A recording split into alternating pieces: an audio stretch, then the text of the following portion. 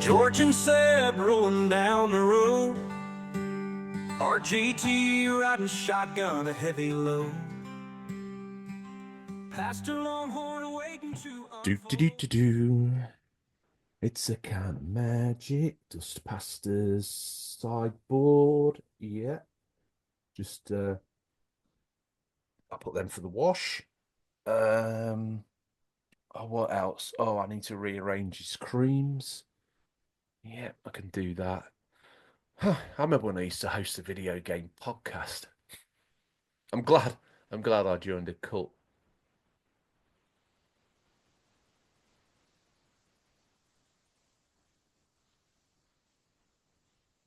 RGT.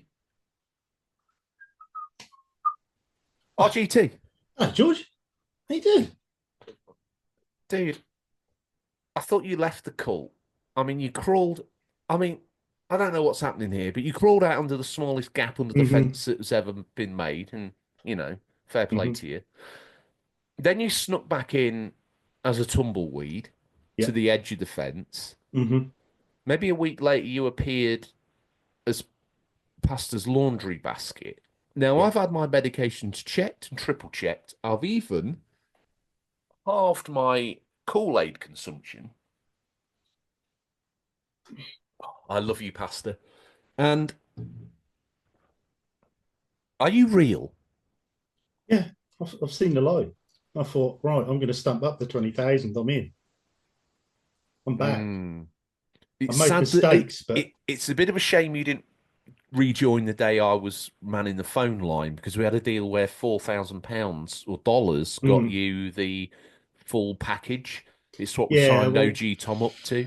Yeah, and then because I left it a bit late, I had to pay the 20 because Pastor said I'd been a very, very naughty boy. So I've just spent 2 weeks in his special room.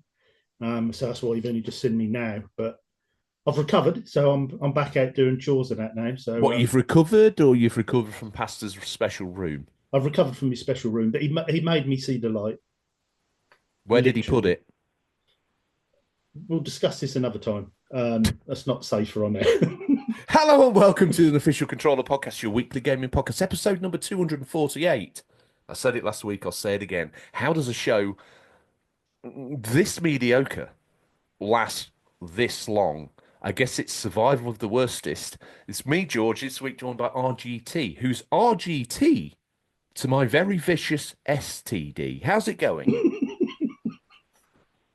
That's an intro. Yeah, I'm very good, thanks. This is how we do things now in the PG-15 era. We're a little bit fast and loose. There was edgy. No swears. Yeah, very edgy, a little edging. Tood and edgy, I think that's what it is. RGT, King of the Edgelords. So you've been off, which is wonderful. You missed the whole Pastor joined Trump on the MAGA bandwagon. Oh, and cool. Some say his association with a dodgy cult leader from El Paso, Texas, is what got him the presidency. Pastor is a powerful man. He's very powerful. He's more powerful than an Xbox Series X wired up to Sellafield. That's how powerful Pastor is. Age-appropriate joke. I don't even know if that's even around anymore, but do you know what? Your wiki search history just went through the roof. RGT. Yep. Yes. Let's stand on ceremony here as I ask you, and I expect an exhaustive list here. What have you been playing? Well, I've been playing mostly PS5. I haven't really played much else. But I played a game, and I'll be surprised if you haven't played this. And if you haven't played this, is this my? No, it's not now. No. It's not this. Okay. No, it's not right. It. What's this? This is a little game that. Is it this? No. Is it this? No. Is it Boone? No. Okay. All right. Just patience, young Padawan. You don't know how long I've waited. Oh, I do. Yeah, this is a game that I saw on PlayStation Premium, and I'd seen a trailer for maybe a year ago, and then forgot about the trailer, and I thought, "Oh, I'm going to delve into this." and had such a good time with this game. Really? Yeah, story. RGT may have got a little bit choked with this story. It was yeah, quite strong. Is a little game called Under the Waves. Hmm. Now, I haven't played it, but in my perusal of PS, what was his premium? Is it PlayStation Premium? I think it's on. It might even be on the others, but it's on the PlayStation Plus format I've anyway. seen it. I remember all the jazz hands about it when it launched, and it's piqued my interest a couple of times, but I've never dialed zero on that bad boy. Tell me what Hmm. it feels like to dial zero on was it making waves? Under the Waves. Same Uh, difference. yeah, exactly. Should have probably been called that. It's It's one actually thing by. this podcast ain't doing. I didn't realise that was or published by Quantic Dream. Um, I do recall that, but yeah. yeah, I don't think they had a Um, hand in making it, though, did they? They just literally published it. yeah, yeah. But you can see why they published it because it's down their sort of narrative storytelling game. Basically, you start off as a guy who's gone. It's almost like a sort of a parallel world, sort of set in the 70s. So you're working Mm. for an oil firm under the sea, and you live in these life pod. You live in this life pod under the sea, but obviously the technology obviously isn't there to do that, but is there in this era, if you know what I mean, this universe. And you've it starts arising that you've gone down there because you've had trouble in your personal life with your partner, family, etc.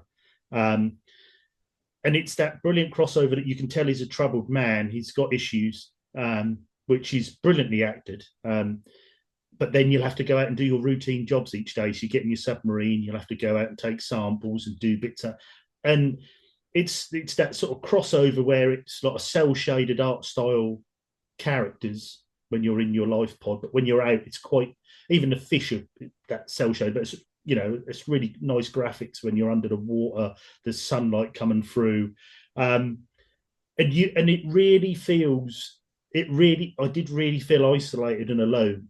It's very immersive, and you can do basic upgrades to your submarine. You can do upgrades to your life pod.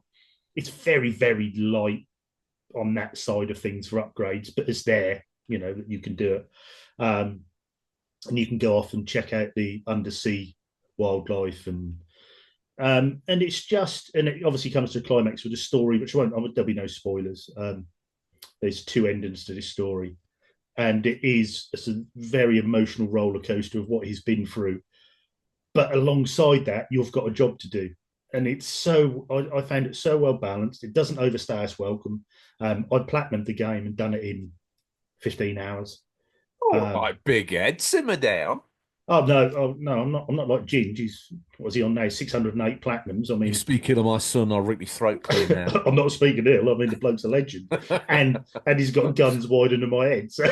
He has, so I don't need to make threats. My boy's capable of looking after himself. He's my red-headed stepson, for anyone out there wondering who Ginge is, who's been a long time lover of the show that's become maybe a personal lover of mine. Although to then suggest he's my son would RGT, you better take over. Yes. Anyway, back to the game. But yeah, I think it's right up your street. I think you would really like this game for the narrative side, for the actual. When I was playing it, I was thinking of you playing this game because I thought you would love the exploration. It's decent. It's not a massive underwater map, but it's good enough for you to explore. And you can find hidden wrecks like an old galleon, which is hidden away that you've got to try and get to. A U-boat, you'll find planes that have gone down or helicopters, and you can get out of your submarine and then swim, and you have to make sure you've got enough air. You can find treasures. You can also there's also a environmental side to it. So there's obviously a lot of plastic in the sea that you can collect and Greta oil. Thunberg on a solar-powered jet ski. Yeah, pretty much. Is she in it? No, you can even come up to the DLC, surface in your DLC, mate. submarine and have a look, and you can see where you are in the ocean and that. Is the oil rig above you, or is the oil rig? What's the score with that? No, it's like the machines that they use and the pipe work they use to pump the oil out is under the water, and you have your life pod and have to maintain it. But there's different areas. So it's all and down sections. on the sea floor. Yeah, all on the sea floor. And there's different areas you can explore and find, and different sections of this company that you work for where they've got these bases that you can enter in and try and fix things that have gone wrong. And they've nailed that underwater side. When you get out of your submarine and you're swimming around, you do feel like you're in a big ocean, and you've just got your torch and it's in the dark under the water, and you think, oh, this is quite eerie, actually. This does feel a bit, although there isn't that side to jump scares or anything, you do feel like, oh, if anything jumps out of this, And it's got this not added mechanic where when you come to the metal floors in these bases, you can press triangle and land on them, and then you can walk around on these floors, but you're heavy like you're underwater, and you can then carry out tasks and fix machines and bits. But yeah, definitely worth a playthrough. Like I say, I remember the trailers looking really good at this, and then that just faded away, and I forgot all about it. I didn't. Yeah, hear we a lot had it about in this either game. Stingray's boot or Pastor's smock. Yes, we did. Yeah. We flagged it for success early doors. That it looked great, and it's a bit of a guilty kind of confession that I just haven't got round to it really, which I feel bad for. But yeah, it's very, very good. I had a couple of little glitches, nothing major with it, but I don't think it's that. It's not an action orientated game, so it was just a couple of bits where I was doing action where I got stuck, I think, and I had to relaunch the game. But you're too much of a Twitch narrative gamer these days for a heavy story narrative game like that. Yeah, Twitch. Yeah, you big man around town. Oh yeah, definitely. That's making waves. What else have you got for me, sir? That's under the waves. Fine. Making waves actually was an ITV Royal Navy soldier attempt that failed miserably. That. Yeah, they had about 8 episodes filmed. They only aired 3 of them. Probably tells you everything you need to know about making waves. Yeah, it's not very complimentary, really. There's no Howard's Way. Make that music. And it actually says the name. It's one of those classic BBC songs that has the name in it. You can Howard's Way. Yeah. How Howard's Way. Yeah. God, what a show that was. And EastEnders has its name in the title as well. Does it? There's lyrics for the EastEnders song. They're just Didn't not. they release that once? Probably Letitia Dean in a skimpy. No, Don't ruin this for me, because that wasn't a suggestion. It. It was a fantasy. Okay. I'm sure we can knock it up an AI. Listen, we'll get her on the show next week. Letitia Dean is from Lincolnshire now. She took her big London money and bought herself a massive house in Lincolnshire for £2.83. Farman. Right, back to what I've been playing. Hang on a minute. Is this now? No. Okay. No. Sometimes. No. I can't remember if I said on one of the other shows, but on launch I bought Undisputed. What, that fighting game that Scott has been rapping on about?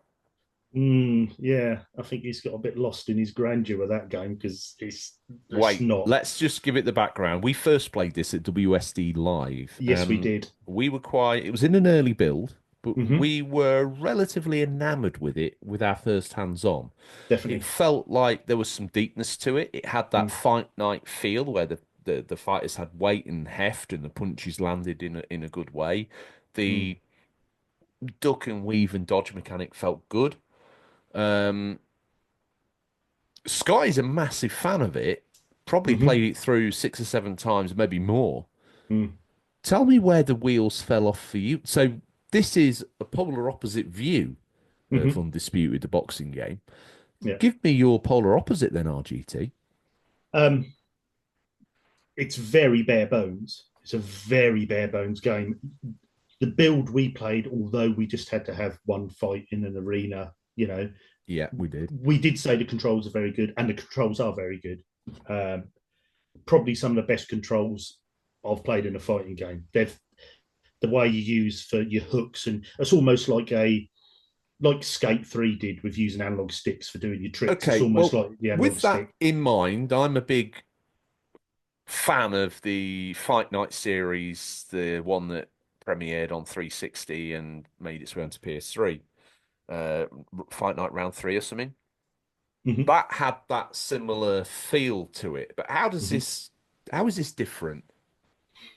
I think it's good also playing with a dual sense. Feels really tight, technical vibrations are good. You feel, when you've hooked someone, you feel like you've hooked someone. Um, Nice, nice. they've done that. That feels good. Where this falls off is how basic this game is. You've got like probably 4 or 5 arenas you can fight in, which have no realistic balance to who your fighter is. Yeah, Your training is just a push of a button. So you'll come up with your training screen, and then you'll see that when you're not training, you'll either have your stamina or your weight go up and down. So you just put the opposite one on, so you balance, right? right. And then you go into training, and then you'll have a certain degree of training schedules you can do, and you just click a button. I'll get that up, right? I'll get that up, get my punch up, get that up. Click, click, click, click, click. Next fight, which will be in an arena. It doesn't really mean anything to a crowd that doesn't really feel like a real crowd. To then when you're What? fighting, Because they're not interested in some unknown boxer making his way to his first arena match, or well, is you it fight a just lot in gyms to start with, and then you're just in like these strange arenas that don't really feel like they should be in a real. If you want realistic boxing arenas, like a Madison Square Garden, something like, none of those are in there. There's just these generic areas. And right? then when you do fight, it's quite an easy game. It's easy to get the technique. It's easy to work it out.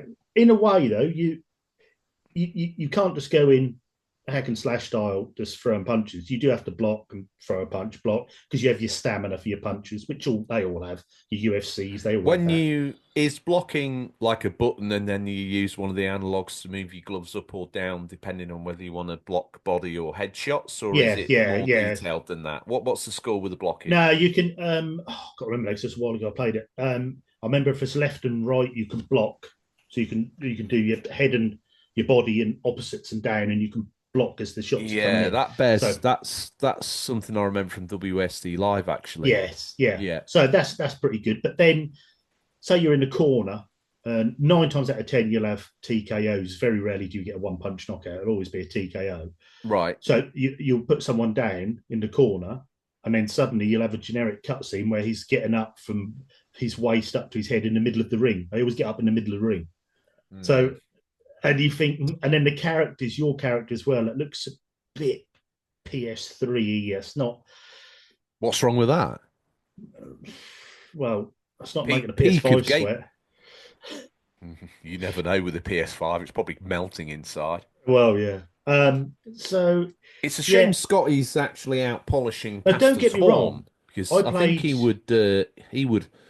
would haymake you through the wall for such He probably disparaging would. comments. I think more for us. We've been following the game. We played the early build and we're excited for this because it really looked like an in-depth, proper tactical fight. And we had to, in this you have a trainer and someone who sorts out your publicity, and you have 3 people, and all you do is when you get more money, just upgrade them, or you can upgrade their little stats themselves. There's no depth to Mm. it. It's a very shallow game. Is I that would not? Could that not be argued that my beloved MLB, um, outside of the matches, matches outside of the games, it maybe does feel a bit bare bones. I'll be honest. Training is one button press unless you want to do the mini game, and I hate the mini games. hmm, Do you think if they'd gone down the route that you're kind of yearning for, that it might have been? Is it better to implement something that's not that deep well, if that's the suspicion? No, it's not even that. If that's kind of what you're intimating to tell me, or is it just super frustrating because you see this had so much potential? I think it's because like even when you're in I done cruiserweight, and then you just have you have generic people so far up, and then your top 10 is just random people from history, Johnny Nelson, Rocky Marciano, and all these. So you don't really you feel like you're a sort of a fantasy game. You're not really in a career because you're fighting these people from 30 years ago. Right. And then on top of that, you're fighting in arenas where you can't really sort of get your own home arena. Well, I'd like to have Wembley or something like that. I'd work my way up, and then if I'm champion, I'm fighting in Wembley. You can't have none of that. You just feel like it almost felt like they took on more than they could actually create. And I think they've gone with this more bare bones side to it. There was definitely potential there. I think that game's been cooking for a while, though, RGT. And I don't know whether it's funding, I don't know whether it's developer savviness or whatnot. But, we initially first played that at WASD 22, 18 months ago, right? Mm. And it felt exciting and fresh. And they had some licensed boxes in there. They had the Gypsy King, didn't they? I think was who we chose to brawl as. Yeah. Does it feel like it's come on since then? No, I mean, we got a bit of a whiff because when we played it, there was 4 screens set up. There was, I don't know if that was running off a PC or an Xbox controller. We had to go. They had It a was punch a bag. PC. Yeah, they had a punch bag next to it. A punch bag you could actually hit, a physical punch bag. And they just had people in undisputed shirts getting people to hit a punch bag. And then when we asked questions about the game, I was like, "Oh, we don't really know. We're just here to sort of do the punch bag." And you thought, well, you really need some people here with knowledge of the game, and we can ask some questions and speak about it on the show. And I thought then, there's something not right here. And I just think this game, I mean, I paid, this is the worst thing, I bought a digital copy of this. I've seen the price, mate. But it was £65. Yes. And on the PS Store, they only had like the DLC version. You could not buy a standard version for 65. That's why I've absolutely swerved that bad boy. My friend Speedy Wheels, if you're listening, I've said this to you before, mate, do not buy this game yet because he loves boxing games. I said, do this game, wait till it'll be £20. How is Speedy Wheels? He's good, yes, he's good. Bless him, yeah, he's good. But he's been watching this game, him and his brother have been watching this game for a long while, and I said, I'll buy it first and I'll What's let you his brother's name? I'm going to be embarrassed now and I can't remember. I want you to come up with a great nickname that rivals Speedy Wheels. Let me think about that one. I'll come back to you on it. Fine. Next week's show. No, you're not having till next week. I'm going to need it. Anyway,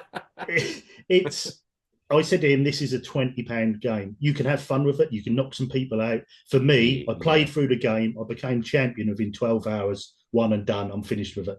Ooh. Do you think that they've got the game out now, they've got the concept proven on the engine, they've got the concept proven on some basic mini games to pump your character and some basic sort of boxing career simulation aspects up in the manager, up in the PR, up in this, up in that. They've got the names. They've probably spent a lot of money getting the licensed names attached to this to give it that gravitas that they want. Yeah. Hence the 65 to 85 bucks entry price. I don't begrudge them that, but do you think this is a little bit... Is this a little bit of an early adopter concept proof, and then when we get Undisputed 2, it's going to be the full fleshed out beast that you so desire? Maybe. I mean, I was thinking along the lines of, we spoke similarly about Hogwarts Legacy, how they very nearly got it right. And then that's an if now, the second one, they take that next level. But I think that was a lot closer to being the final, the final item we want rather than Undisputed. I think Undisputed's, is it better than boxing games I've played on a PS3, PS4, like a UFC or anything like that? No, it's not.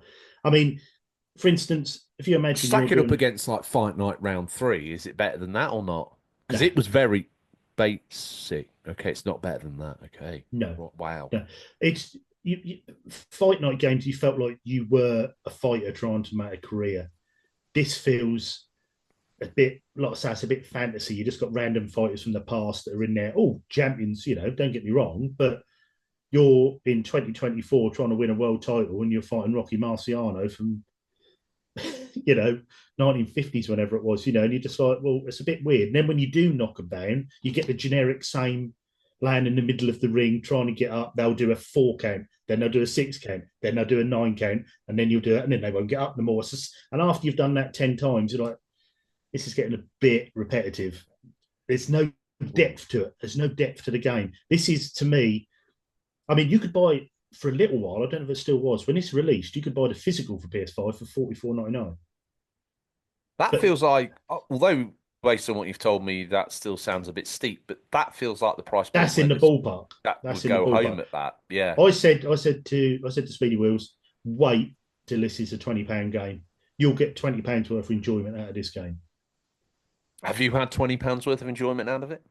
I've had £20 worth of enjoyment, not 65. I haven't. But there's no taking that to see yet. Let's park your Day of the Jackal-like assassination of Undisputed. Let's park that there for one moment. Yes. What else have you got to tell us about? Well, as hang you know, on. Is this? No. Oh, jeez. Okay. This is going to go on. As you know, I've been a bit poorly lately, so I did start on my game I normally play when I was poorly because there was a new update to it, which was Stardew Valley with the 1.6 update. So I started a new farm on there and have put 100 hours in to a new farm. I think most listeners are reeling from the fact that your throat herpes from Pastor Schlong has caused you to take some time out. Yeah. Yeah, that was. I don't know what a schlong is. I just hear you I hear you requesting it on a night time quite often. I presume it's some sort of religious procedure. Apparently, yeah. Apparently, it's what we have to do for the Great Ascension. So, well, the only reason why I thought it was a religious procedure is because you kept saying, "Let me get down on my knees, Pastor. Let me get me down on," and I was assuming it was some sort of prayer. Yeah, similar, but the good thing is he does have a lot of stretchal drip, so I was fine. My throat wasn't too sore, so.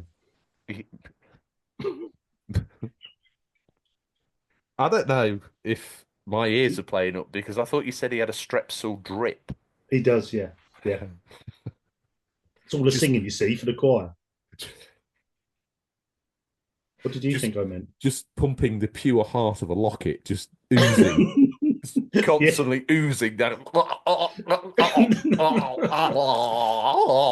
Pastor, I found my singing voice. That, yeah. Anyway, back to Stardew. I went down one road and was like, yeah, that's naughty. And then I went down that road thinking innocent, but actually, do you know what? And genuinely ended up being a little bit naughty. Yeah. Fuck it. What else? And now I know what everyone will say in the Discord. It's because I'm back. The show's gone down again. All this sex talk, the swear words. I didn't swear last week, not one time. I don't think I was inappropriate in any way. Some would say you're Sid James to my Hattie Jakes, and it's not. There's not a lot of people going to know who you're talking about there. Deep cut tingle to me, just sat bolt upright. Did he say Hattie Jakes? I did tingle. Anyway, I don't know how we got to that from Stardew, but yes, so Stardew 1.6, I've been playing that with that's the last update it's ever having. So we can construct a new game. Never say never, because I think you said that about 1.5. Probably. I'm moving on to Haunted Chocolatier now, guys. Don't you just back off, all right? Stardew's done. I've come back to Stardew. Thought, oh, okay. But very good. There's loads added into it. I started a new Riverland farm and absolutely thoroughly loved it as always. Absolutely brilliant. So I'm still plugging away on there, and yeah, really, really good. Loads of little hidden extras and extra bits and extra areas. So you've put hours and hours and hours into this game. Yeah, you've got and also I might add, every update is free, and I've never paid for a DLC. No, that's one good thing you can say about him with that game. And you still found enjoyment in it then with these new features? Yeah, I did. I mean, before I started playing the 1.6 update, I thought, do I really want to start another farm again? Do you really? And then I turned it on, music starts, it gets you a bit, and I suddenly thought, do you know what? Yeah, come on, let's try a new farm. And then, yeah, let's get the community centre done. Let's get the mines done. And just started working my way through and loved it. And then before you know it, I've now got a large barn with 100 kegs in brewing wines. I've got another What? one with 100 jam preserve jars in. Yeah, so I'm all over this. Brilliant. I've got making honey You all see, over the I place and flirted with chapel Stardew, but trees. never got to the kind of industrialization end of it, where you're Oh, preparing the wines and the beers and yeah, the it's jams. some people make vast empires on this game. I mean, just Google best farms on Stardew or put it in YouTube, and you'll see some people have put 2,000 hours in, and they're making millions. And that's all beautifully landscaped and orchards and path. It's amazing what people do. But then again, I do the same myself. I've put all these stone paths in, and I've got these because I'm on more of an island area, so I've got different islands with different things on, and yeah, just absolutely wonderful. So yeah, been really enjoying that. I think I did look. I've put in total. I think I've put 270 hours in on the PS5 in total, or PS4, PS5, and I think I've put about I've put about 130 in on the Switch, but I think Mrs. RGT's probably about 200 on the Switch on her farm as Someone well. get her a boyfriend. That's insane. Well, that's what I said. She hadn't spoke to me for 3 years, so You've been in Texas. she does. Yeah, she don't notice me if I do ring her up. So Do you think the marriage is annulled now, or I don't know with what pastor's been doing to me. I hope so. you'll never walk again, boy? No, it is hard and walking. Right, I've also been playing some Trine 5. I'm a big fan of the Trine games. Is this? No, um, You've played some games, boy. yeah. Have you ever played Trine? Any of the Trine games? I've played Trine 1, 2, and 3. I haven't played Yes. 4. Yeah, 3 was a bit disappointing because they cut it halfway through, didn't they? You can't actually complete that because they ran out of funding. But 4's good. And then I did buy. I thought that was going to be the end, so I bought. They done like a collection pack, so I bought that. They did, yeah. And then Mrs. RGT bought me Trine 5, so I thought I was going to have a go on that. Yeah, I'm back in the Trine world, doing all the puzzles with your free characters. To be Love it. honest, I first stumbled across Trine. I think it was a Wii U launch game on the digital store. Oh, was it really? I didn't know that. I think it might have been. Mm. And OG Tom and me got Wii U's, and Feels like a Wii U game, to be fair. he sold me on the principle that it was this sort of game-changing game, and you draw these squares in the air. And to be honest, I'd seen all that game had to write in about 30 minutes. But Mm. there's been a soft spot for Trine.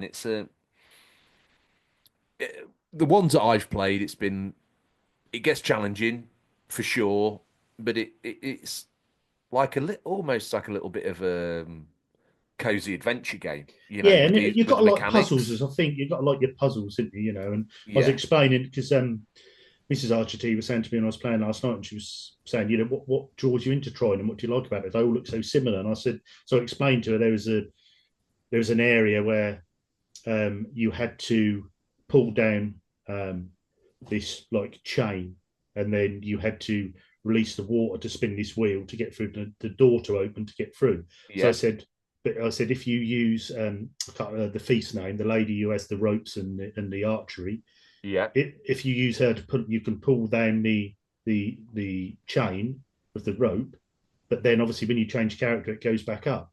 So then you use the wizard to make a box. Then you use the rope to hook the chain to pull it down, and then the water will then come out. So then you use the knight with his shield to deflect the water onto the spinning wheel to open the gate. She's like, "Oh, I see what you mean." I said, "Yeah, the puzzle." So you have to use all 3 characters to work So these puzzles out. this is the latest one.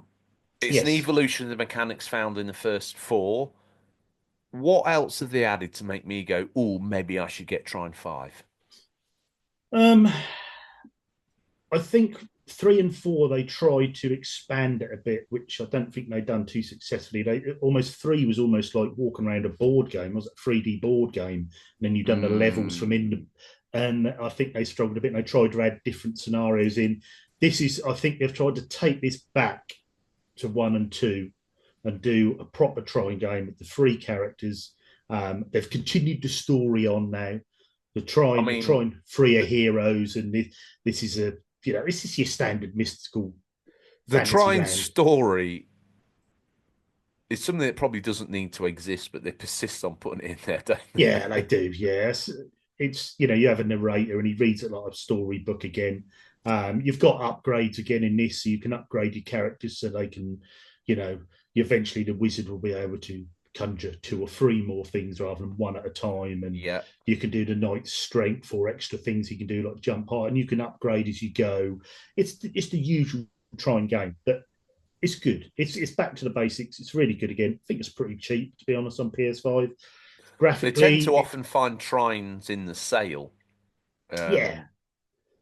I think I found them in the sale on PS4 in like 2016. I think I got the first 1 or 2 or maybe 3. Again, I've got no real complaints. It never really grabbed me as much as I thought it would do. Yeah, I don't know why. I think I'm trying to think when I first played Trine 1. Didn't we get Trine 1 as PS Plus on the PS4 as a I monthly think game? maybe that's what started me off with I forgot about Trine. Yes, and I played And then the I first bought one. the other ones or something like that, maybe. I can't remember. And I loved the first one so much. I played for it again and platinumed it, and then I platinumed 2, and then I fell off a bit with 3, all the controversy and the bit of the balls up they done with that game, and I fell off a bit, and then eventually did get 4 and played through. Didn't platinum. I found them quite. They're really getting challenging there, and now obviously I've now tried 5, but that has taken it back to that early one too. And I think a physical copy of this game is less than $20. I think you're talking 15, $18 for this game, which is a good game for the money. It wouldn't dare copy. to be any more than that, though, would it? No. Surely not, and show its face round here. No. I mean, it's worth a play. I've really enjoyed that. And what I haven't played too much of that yet because I've been sort of dabbling with this other game, which is. Oh, what? Oh, now you're not ready. Oh. I've come up with a new bit for it as well, just while we've been chatting. Sometimes I feel like I got no games. Dum, dum, dum. RGT, yeah, is like the Lone Ranger. Ooh, like it. Riding on down. Bring hidden gems to me. Ooh, you could be in Pastor's choir at this rate. That's for you, YouTube. I have to get you on the old stretchel drip. Mumsy, if you're watching, I know I'm in Texas, but I still love you, Mumsy. That's our one viewer. Thank you, Mum. Don't forget to like, comment, subscribe. The hours we've done on audio, and since we've come across the YouTube, I just feel like we are nothing on here. If you're watching, start subscribing, start liking videos, make us look like we're something on here, like you've made us look amazing on all the audio areas we can be. Spotify, Apple Music, Apple Podcasts, Amazon, YouTube Music, all those places where you've made us look like kings. Make us feel like kings here. Definitely. Please, yeah. So anyway, after that rip snorter, we get to the point in time where you have, for probably as often as a solar eclipse now, brought in a hidden gem for you to. He's cheeky, that boy. Cheeky. Oh yes, he is. He's woken from his full bodysuit traction that he's been in. Oh God, yeah. And he's come out with a hidden gem. Now, if you're new to the show and this is your first episode, I'm sorry. But we play a guessing game, RGT. Are we going to play the guessing game today? Yes, yes, we are. Bearing in mind, this is a very modern game, and I said to you off air that everyone's probably going to go, "That's not a hidden gem. We're all playing it. Have you not played this? Where have you been?" So bear that in mind. If it's Astrobot, I don't think I can officially sack you, but you'd be sacked. Oh. You wouldn't bring that in here as a gem. It's Game of the Year. You heard of that? You dirt dog. Have you heard of that? Have you? I thought that was like a little indie game. Is it not a little? I told you they'd heard of that. Okay. And on air, public defrocking of RGT. Oh yeah, Astrobot. It's not that though, is it? No, it's not. Oh, thank God! I can't do this show on my own. Right, This was. I'll tell you when it came out. This came out in. Well, I think it was Switch and PC August 2023, and then all other consoles from PS4, PS5, Xbox One, Xbox Series, blah blah blah. September of last year. This was developed and published by the same people who was Team Reptile. I didn't know what you were going to say there. Okay, Team Reptile, right. I'd say it's probably sort of it's sort of action, almost platformer with a bit of sport in there as well. Sport? It's a love letter to an older game. Is it Win? No, it's not Win though. No. You can pick this up pretty cheap. You can pick this up, physical copy, 15 to 20 bucks. Like I say, it is a love letter to an older game which was on the Dreamcast. Almost.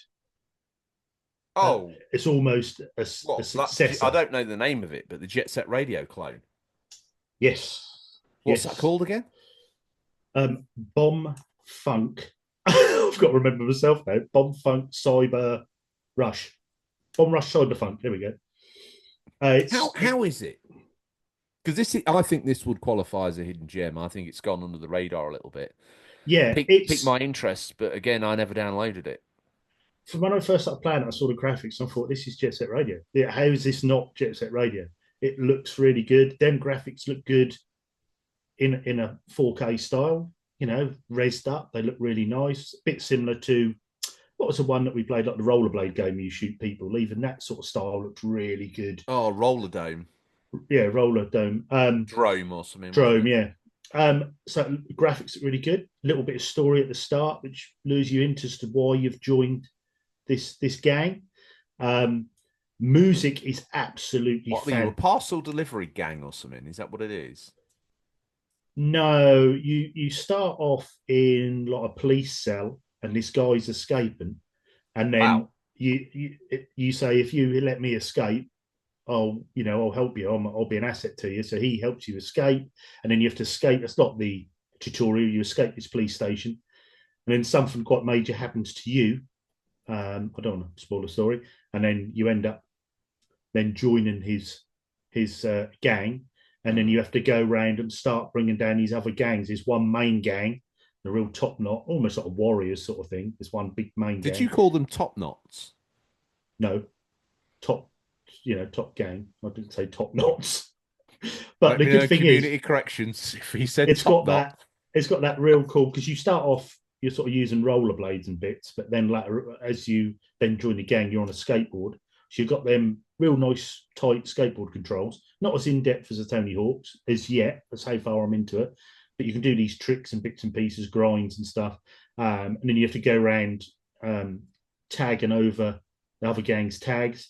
But the soundtrack, that urban dance soundtrack, is phenomenal. And the thing is, as well, all gangs have their little dance. So I'm in the early stages at the moment, tagging this area where I am in this city, real sort of cyberpunk, cell-shaded city. And this gang we're taking down at the moment, they're all like body poppers and break dancers. And this music's going, and whenever you see them, they're doing their dance, and they're so iconic from that era. But also when you're in cutscenes, the people who are talking to you all have their own dance. So they'll just be bopping along while they're talking to you, doing their dance. And it's so addictive. It's not a rhythm game, but it feels like it should be. Wow. But for how cheap this game is, if I say to Rose Space Monk, his Discord member who's going for a full Dreamcast collection, if you love Jet Set Radio or Jet Grind Radio, as they call it, was that the second one, or was that I can't remember, or did they call it differently in the States? I think the name difference is a regional thing, a localization thing maybe. But yeah. I do believe that we had Jet Set radio, I think. Yeah. If you like that game, the pseudo sequel that made it to Xbox, not Jet Grind Radio, was it Jet Set Radio 2? Yeah. Someone will let us know, I'm sure. Yeah, have a look. Community corrections, put it in our Discord. But if you love that game, then you've got to play this. You will love it. Yes, it's not it's not a massive open world, in-depth AAA game, but it's just got that arcadey. I've come up with I've just on the hop. I've come up with a new scoring mechanism. OG Tom is addicted to good graphics. How many OG Toms out of 5 are you going to give it for graphics? Oh, depends what you see as good graphics. You see, if you're It's looking no, 4K no, Forbidden no, West, no. That's irrelevant. Within its own wheelhouse, within the game of itself, do the graphics serve the game well enough or not?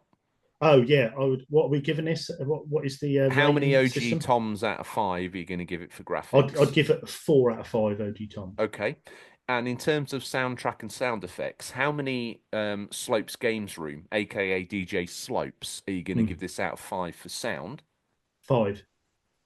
Christ. I love the soundtrack. It Okay, is and so then good. for the game mechanics, we're going to use our beloved friend and s- rarely co-host, but mainly friend of the show. He's a developer himself. It's Mike Rouse. How Mm. many Mike Rouses are you going to give this out of 5 for its gameplay?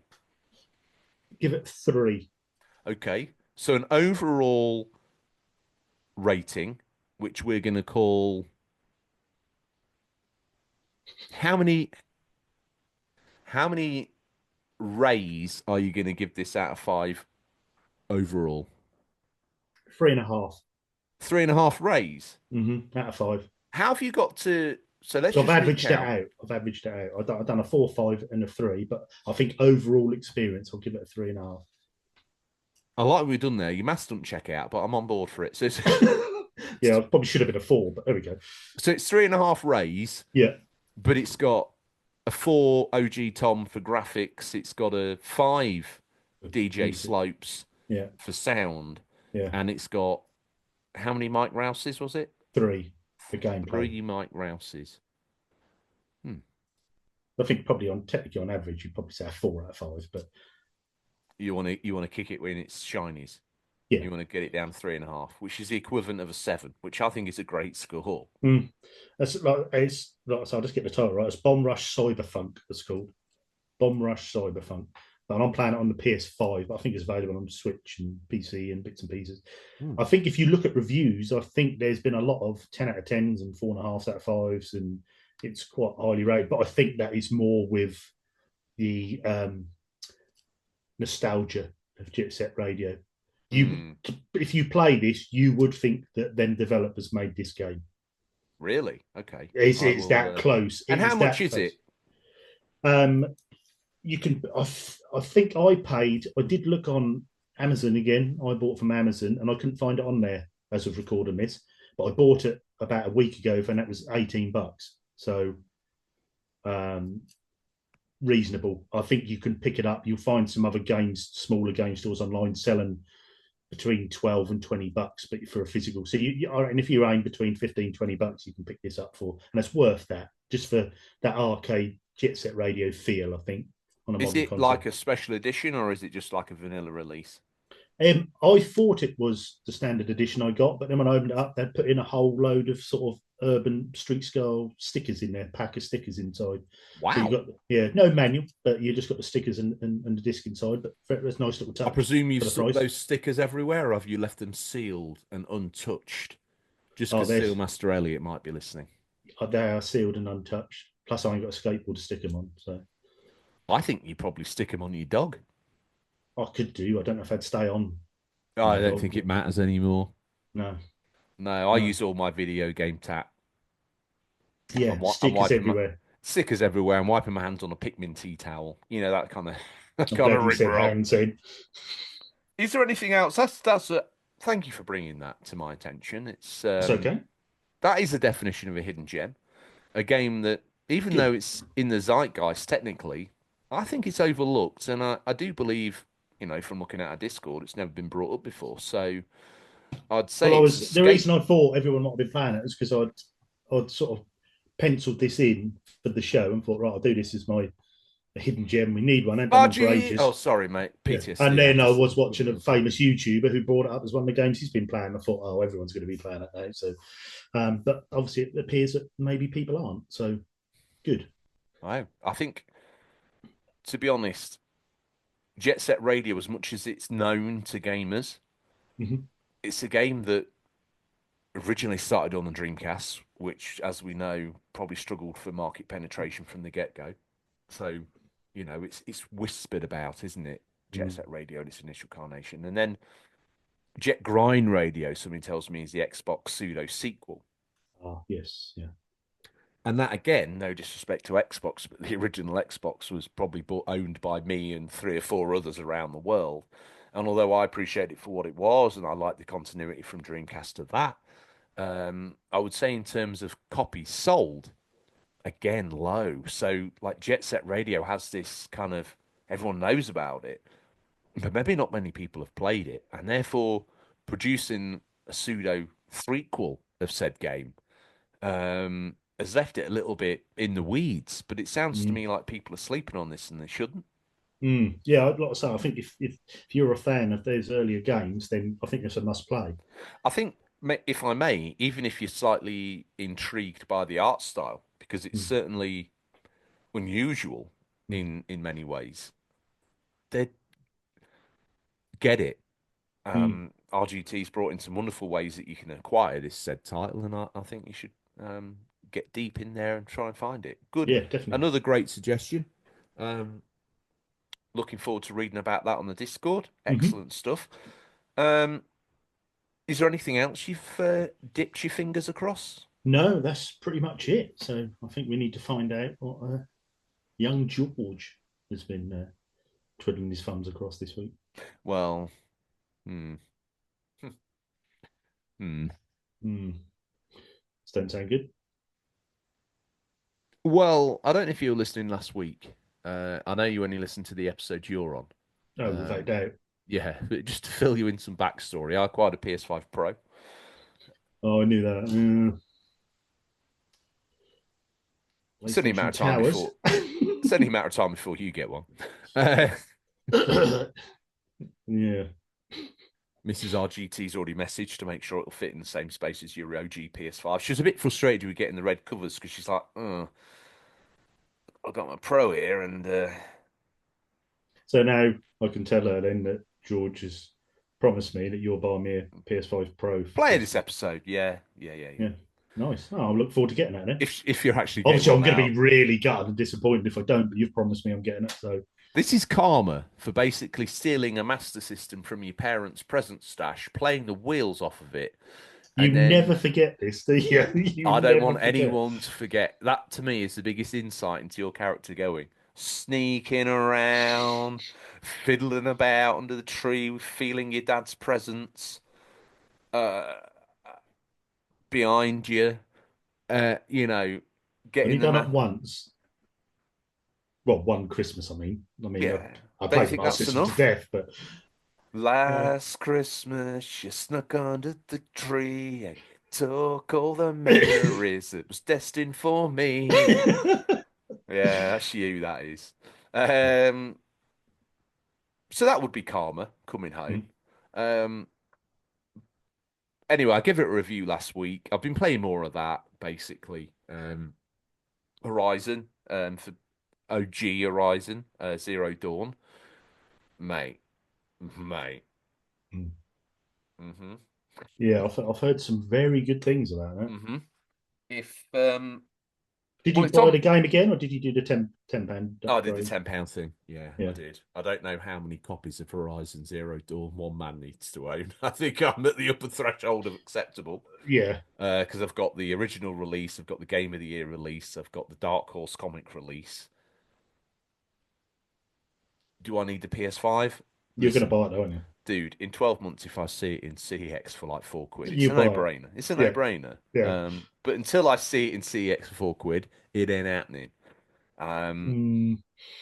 But I give you my word as a man, I'll buy it Hmm. if it's less than £20. If it's 20, why do you do this to me? You've just ordered it, yeah. 40 quid. It's on its way. No, I thought the £10 upgrade path was sweet. I liked it. It was a good idea. Nice touch, yeah. It's good. It It's good worked done. well for Last of Us Part 2, and it worked equally as well for this. This, to me, though, is one hell of an upgrade. At times, I think I preferred maybe the art style of the first one more because it's been lost in its chase of the Forbidden West Mm. aesthetic. But hey, It looks great. My only complaint is this will be like my third or fourth time up the mountain. It was a Zero Dawn, and it's a bit like I said to Seb last week. I'm in the third act now, and it's wearing a little bit thin. Been there, done that. Yeah, kind of. I was at the bit most recently as a point of reference for anyone who's played it. I was at the bit where you race back to your birthplace, for want of a better word, and you have to fight a corrupted Thunderjaw at the gate. Mm-hmm. And I got there and I was like, "Ugh, this again. Hang on. Where's that piece of scenery you can't get to? Yeah. Let me stand here and literally for half an hour Bang, wear bang, this, bang, bang, bang, bang, wear bang. this dude down with like 50 arrows, sit down, rebuild my whole quiver again, keep delivering them into him. All the other guys, all the AI guys are running around achieving absolutely nothing, and I'm just Getting taking flung all over the place. my merry sweet time, protected by the thinnest bamboo post you've ever seen in your life. But do you know what? Thunderjaw, he can't get near me. And his laser fire can't penetrate this seemingly impenetrable barrier. I'm a proper glitch monkey, I have to admit. I'm willing to stand on that rock that's 1 pixel too high for the enemy's like hit count. I'm that guy that will cheese or Benny Hill any moment that I can. 1,500 arrows later. He rolled And he's over. down. He was down. Yeah, it was glorious. And I was like, oh yeah, I could do with that because I want some more of the. I don't know what the name is, but I call them the. Oh, like the electrical charge ones. No, the ones that kind of go in and they pull the things off the creature. Oh, they blast the armor off, don't they? Yeah. They make that noise like they remind me of the missiles that what's his Django name? Fett uses in. Yeah, they just that Yeah, like what noise they and all called the in that armor one. blows off. Um, I know what you mean. That's brilliant. That one. they're like sonic mines or something. And you Mm. fire those in, and it's like. Yeah, boom, and then all the armor comes off. Yeah, I they're love it. good. Like I there love was those. one of those. I can't remember what creature it was now, but something pretty sizable. And I just got these arrows, and I got quite a large quiver full, and I just fired them into this thing. And don't kill them. So then you see this like wastrel, skinny, almost like Christian Bale in the Machinist type version of the creature, sort of cutting round. Christian Bale in the Machinist. And you see it with all its mates, you know, Just with this all little its waif. yeah, just its guts missing, its guns gone. It wants to be friends with them, but there's barely out left of it. Yeah, that's one of the funniest ways to play it. How do you find then? Tell me, performance-wise, you're playing this on a pro, Yeah, so are you hitting 4K 60 or? I've only got a 4K 60 telly. It's one of the reasons why I thought I'd pump for the Pro because since I got the my TV when the PS4 Pro came out, Yeah, and same here. it was like, oh yeah, I better get one with HDR, better get one that's 4K capable, better get this, better get that, better get the other. Oh yes, let's make it perfect for that. Like it never once pushed the telly to its limits, never once.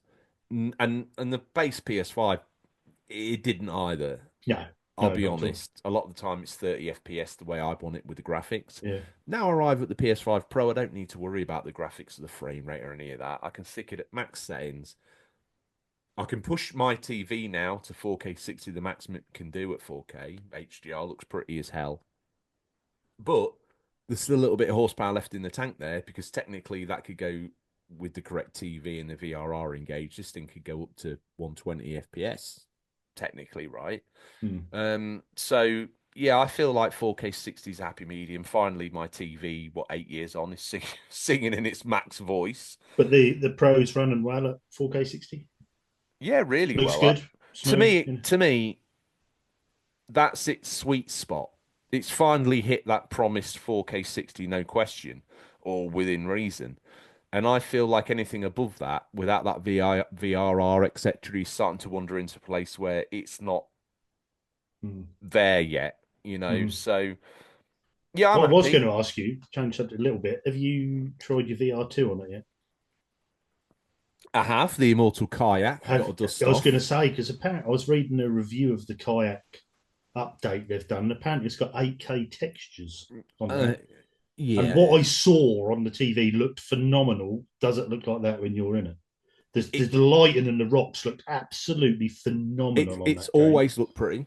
Don't Hmm. forget that this is the most played game, my most played game in VR. So Yeah. I have seen behind the curtain, and I know there's a guy there blowing smoke through a horn and pulling on a piano, key Mm. to use the Wizard of Oz phase. I've seen every facet of the game, front and back, so there aren't really any surprises. But yes, textures have seen an improvement. Although it's always locked to a high frame rate, that feels smoother. Mm. Some of the changes that have been made along the way since I last played it, seeing the hands now in front of you, and you're more physically there because they're giving you arms and things that are attached to this, and your shadow plays out more as a realistic torso. If memory serves, when I first played it, you just saw a reflection, a shadow of like a hat, and that was it. So that felt good. Um, Generally, as soon as I turned it on, I knew it was sharper, but it's not something you can put your finger on.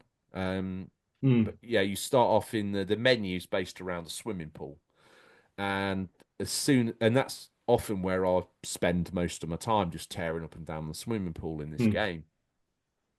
And as soon as it loaded up, I thought, oh yeah, we've seen an upgrade here. Now I'll be struggling to say, oh yeah, well, 8K textures and this, that, and the other. I would be struggling to put it into words as Mm. specific as that, but definitely an What it reminded overarching me of better experience.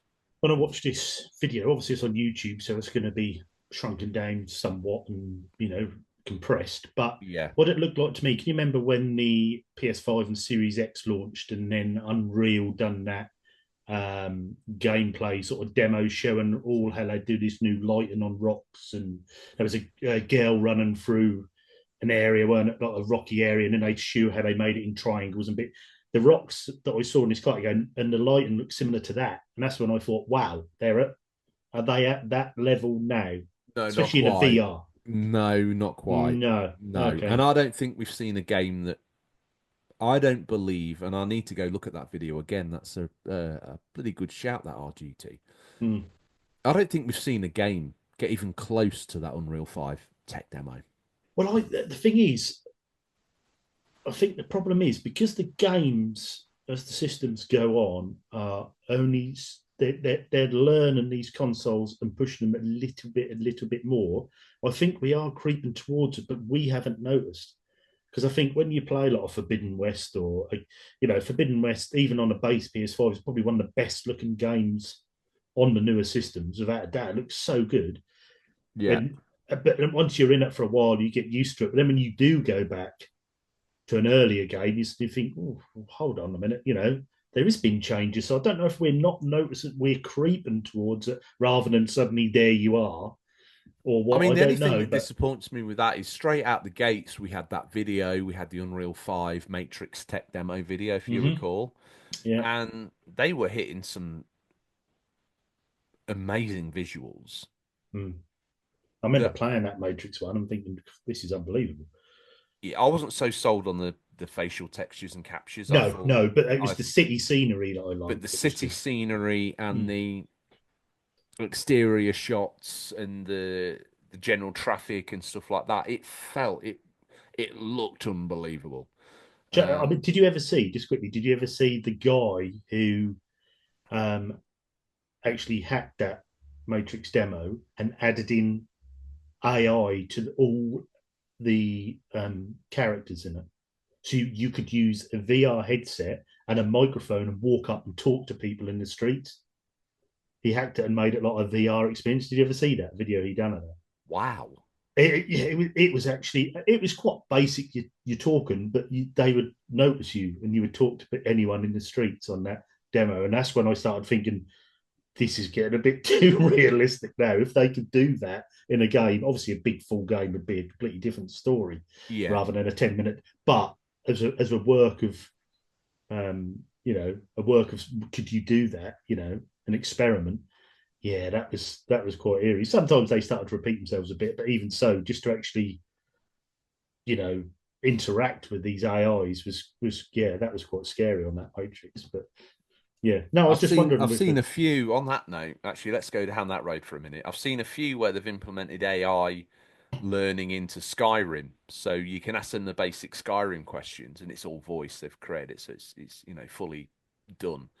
But then you can just freewheel using AI with these Skyrim characters, and again, like that, like the visuals of Skyrim aren't going to set anyone's eyes alight anymore. But the things that they were talking about and the way the AI kind of remembered and dropped things in, that to me, that's scary. But is that not the perfect thing for your NPCs now? If you just give them a little bit of an AI window to say, here's some words that you might say, Mm, this is your main character. If he comes along, you talk to him about this, that, the other. If you're this far in the story, they're going to bring this up in that, and then all the gaps you fill in. I've often thought that about VR. When your character that you're playing is voiced.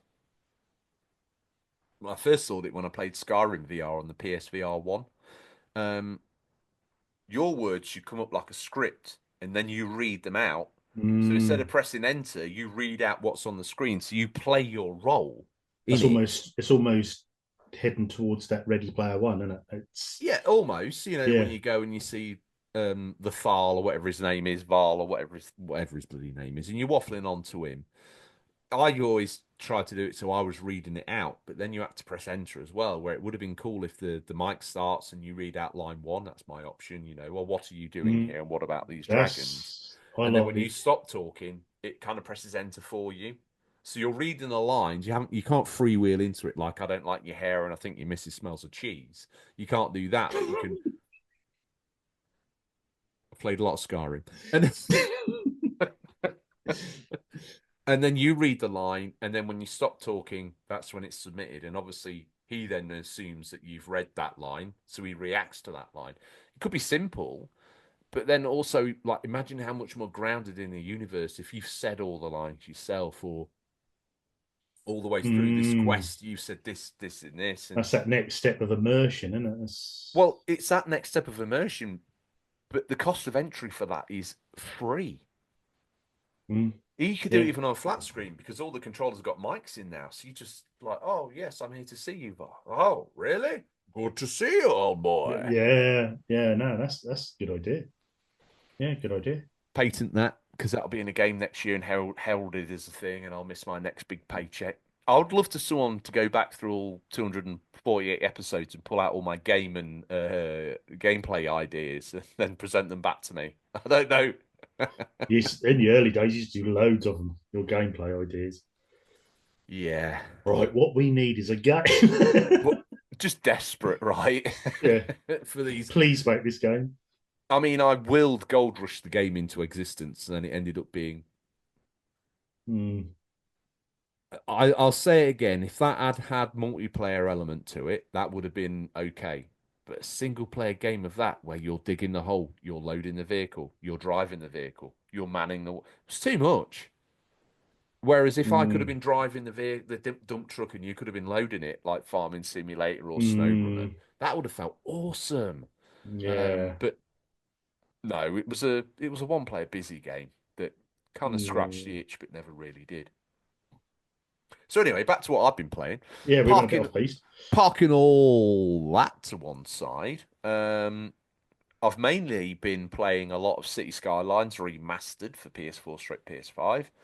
Um, really enjoying that, setting my own challenges. I could put the taxes right up until every single person had left my town. And mate, I got in so much financial trouble, obviously, right? Because I had a massive city, almost 30,000. And I don't know why, but I took umbrage to him. I was like, nah, the way you've done these buildings, it's messy. I kind of don't want to deal with this anymore. So I ranked up the taxes. They paid them for a while. I built up a little bit of a cash pot and they all left. And then I had to get a bailout. I took 3 loans back to back, brought the taxes down, started to bring them back in. And what I learned was that they then knocked the building down, the deserted building that was there, and then pop up something new. And I actually managed to change the kind of style of my town by forcing it into a bit of a restart, which was Oh, no great. way. Not like totally, but certainly managed to morph some areas into different buildings because some of the buildings they were putting up, they were making it look messy. And I was moving to the next echelon. Mm, And I didn't want them. I didn't want their dirty little townhouses around there. Oh boy, I didn't want any of that. You've changed. I know, my love. It's what podcast infamy and joining the cult will do for you. First your Um, dictatorship in Anno, and now you're a like a maniacal mayor in yeah, City Skylines. Yeah, yeah. pretty much. So yeah, I've been really enjoying that. I mean, I know you. I don't know if you have you got it, City Skylines, in your bulk library somewhere. I Yeah, think. because I we had that as a think. PS4 game, didn't we, on Plus? Yeah, and that's where I That's on took my. it. That's where I mainly. I I've started always with it. been tempted with these sort of city builder games. I remember playing Dude, Sim City back in the day, and I you thought, it's got all the bits in it that you I'm just like. worried they've gone too complicated and too in depth, and I think I don't know if I can be That's what doing I all that. thought. That's what I thought. That's what I Skitty thought. Sidelines? That's what I thought. Shitty Skylines was like, right? That's not what Shitty Skylines is like. Shitty Skylines is very. Oh, Seb summed it up. He kind of corrected me last week. Oh, I see it more as a cozy game because I was complaining about how it wasn't deep enough. Ah, okay. And he went, no, no, I see it more like a cozy game. And that's when the light bulb went on in my head. I was listening to the show not yesterday, and I thought I heard in my voice like you've had this moment of realization there, boy. And it was like I had. It's like a cozy game. Literally is a cozy game. You can go in the taxis and mess about with them, but if you don't want to, you don't have to. You can build flat roads on a flat town if that's what you want to do. You don't have to mess around with the topography or anything like that. It can be as simple as the original Sim City, or if you really want to get into the weeds, it can be complicated. Um, but on my first playthrough, I think I had a little bit of a play around in sandbox. Just I prefer that to tutorials now on these Hmm. like city builders or whatever. I had the same problem with Anno. They try to add a story on, they block you going through the tech tree. Oh, first you need to rescue Uncle Bob who's fallen out of boat. Like, I don't care. I want to build I'll say you've dreadnoughts changed. and man of wars and raise hell on these people. I don't necessarily want to rescue Bob from his fishing misadventure. So I get stuck into the sandbox mode, and I had one quick go and it failed, and I was like, yeah, I know what I did wrong. Then I had another go, and I've basically been iterating on that since, and yeah, it's rewarding and very affordable. It's in the sale as well, RGT. It's on Switch too, although if the city gets too large, it starts to really bog Chug a down bit, on, does it? yeah, big time. So you have to really, it's a one square map only on Switch, and you're done. But you Mm. can get a lot in there. You can get a Mm. lot in there. Um, Yeah, you sent that Little to sip me. of Kool-Aid for myself there. Um, yeah, I thoroughly recommend it. I've been reading some disparaging things about the latest farming simulator too. It's a bit broken. There's no real mods for it at the moment. Is that what's that, 25, I think it 24, is, yeah, 24, 25? 25, Yeah. 24. I can't remember now. Anyway, it's all the rage. It's on the store. It's on the downloads. It's in the top 10. It's all that. And I was just thinking, nah, I'm going to get it. There's only going to be 3 maps, none of which I'm going to want to play. I'm waiting for seeing a UK map mod drop, Oakfield or what's that other one we played a lot? Calverston. Galveston, yeah, I think, yeah. If that drop or Caldwell, if that drops, then I'm probably going to be all over it. But until then, I'm happy because yeah, there's been visual upgrades, but there's no real changes, actual changes to the mechanics. Like I got a bit giddy because I saw that you could take your livestock, cows as an example, and you could build your own pens for them. And I was like, oh wow, that's going to be great. You know, you're going to have to do some animal husbandry this time Mm. round. Nah, no, no. You can just do the fence where you like, and it doesn't matter if you've got 200 cows. 250 might be the hard limit on Farming Simulator, but even if you've got 70, it only really shows 20 to 25 in the field, no matter how many you've got. And That's a bit immersion breaking when you want to. for me, it is. You're building this Mm, farm, you want a big herd, but you only ever see 25 of them. They never make their way to the milking parlour. They don't do this, they don't do that, they don't do the it's other. just a visual representation of what you've got. It's a Yeah, but bit. it's not even a true numeric visual representation of what you got. It's literally just here's some cows in the field, and I know you've made the fence pretty and all that, and you've put it where you want it to go. But that really not changing anything because I Yeah, I I don't was know reading about that. some blurb about it and it mentioned dynamic pastures. Well, my imagination went poof, it was Oh, gone. yeah. It was like, oh wow, we're gonna have to rotate the fields that they're feeding on so the grass can regrow, possibly reseed it. That to me is a dynamic pasture. A dynamic pasture to me is not just moving the fence. That's garbage. Mm. Um, so I'm waiting for some mods. The mud deformation that they've brought in certainly has some appeal. I've It's a seen bit some, like what SnowRunner is it? Something like that, Mud Runner. not even close. Oh, There's probably 1 inch depth of deformable mud in the game, yeah, whereas in snow running you've got a good 6 inches, ain't you? Maybe more. yeah, and Because it looks good, doesn't it? It it does look really good. does. It Water kind of effects and that look really good on there. the mud morphs around the tires, and you can spin Mm. it up onto the vehicle, and you can see it oozing off the tires, and mud runner and snow runner in particular have nailed that bit on. But Yeah, even here, when it's absolutely chucking it down, and you're in a field, a little bit of mud on the tire, yeah. that's it's not what we want. Mm. Um, so I'm excited to see where they go with it next. I'll probably end up picking it up because you know what I'm like. I do love a good farming game. But Mm. I've been playing 22 again, and I've just been enjoying that. I've got back to basics. I started it on the medium mode. It's a bit like Um, me with Stardew, isn't it? That's your little comfort game you go back to and you yeah, start a new farm kind and of. I've gone back there. I've gone and got all the old school British 90s machinery. I've parked it in the yard. I've limited myself to 3 or 4 fields, very small. Because often I'll start playing it, I'll have this massive field, and I get halfway through ploughing it, and I'm like, my God, that's been like 5 hours of my life. That's a lot. So at the minute, I'm just sort of doing some silage. I want to build up all the supplies I need: hay, haylage.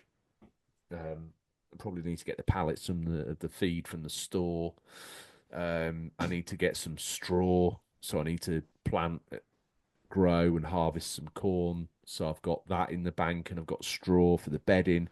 I want to build up. I just want to farm casually in the background to build up the supplies I need to get me my livestock, and then I've got that groundswell of ingredients where I'm not panicking and having to nip to the farm shop to buy bale because my mixture of total feed ration is off. That kind of mm. gimmick. So I'm just Yeah. making, I've got everything that I can in stock Hmm. so I can just enjoy that element of it. Yeah, yeah, Um, exactly. and I don't really want more than 3 or 4 fields. With that, I can generate grass, haylage. I can do feed. I'm self-sufficient Mm. in a very small footprint. Uh, if this is your first episode, you're probably like, "Oh my God, oh my good God." Stardew and Farming Simulator. It gets better because I've been playing an awful lot of MLB again as well. Um, What on? Mainly Portal, but PS5, Yeah. right? You Because know, didn't you have Switch port on that, didn't you? yeah, I've got 22 on Switch, whereas I'm playing 24 or whatever is the Mm. latest version on PS5, and I still really love the game. Unfortunately, though, I'm in this really dark place of. I've mentioned it before. I don't know if you were on the episode or whether I was moaning to Seb about it, but the sliders, it's got these difficulty Yeah, sliders I that remember you follow you saying, through your yeah. career. And I'm like, I'll have a good game or I'll have a good innings, right? I see the slider move and I'm like, my God.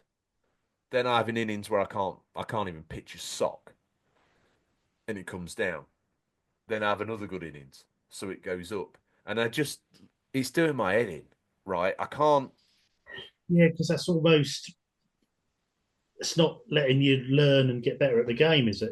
It's I changing think the I'm game I'm for your right. benefit. I'm right at the thick end, right, of my knowledge, of my experience of the game, so it makes sense. I see the argument for you, like you're not really learning. I've already Mm. learned, and I'm at the real thick end of where these sliders can be.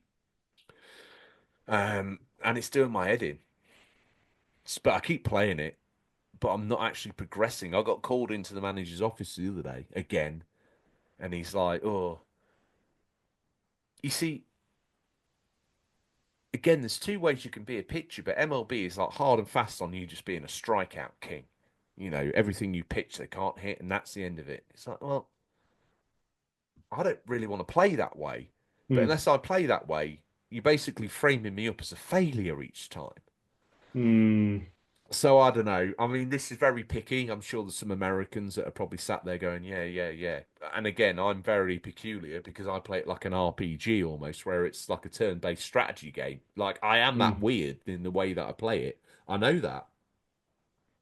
And I know not many people are going to rock up and play as a pitcher. They're going to want to be doing the big hits. But yeah, it's a bit frustrating to me. The pitcher game's been ignored in there.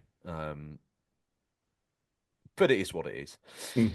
In terms of what else I've been playing, I think that might. I've been sort of kicking Daxter around, you know, the PSP game. I keep having Um, a little dabble with that, but yeah, it's from a gaming era as well. Like I'm on this bit. So you land, you crash, you do the first thing, the hotel. I think you do the second one, and it's like a building site. And then I think there's another level, and then you do this level where you're on a little motorbike and you have to like kill these weeds.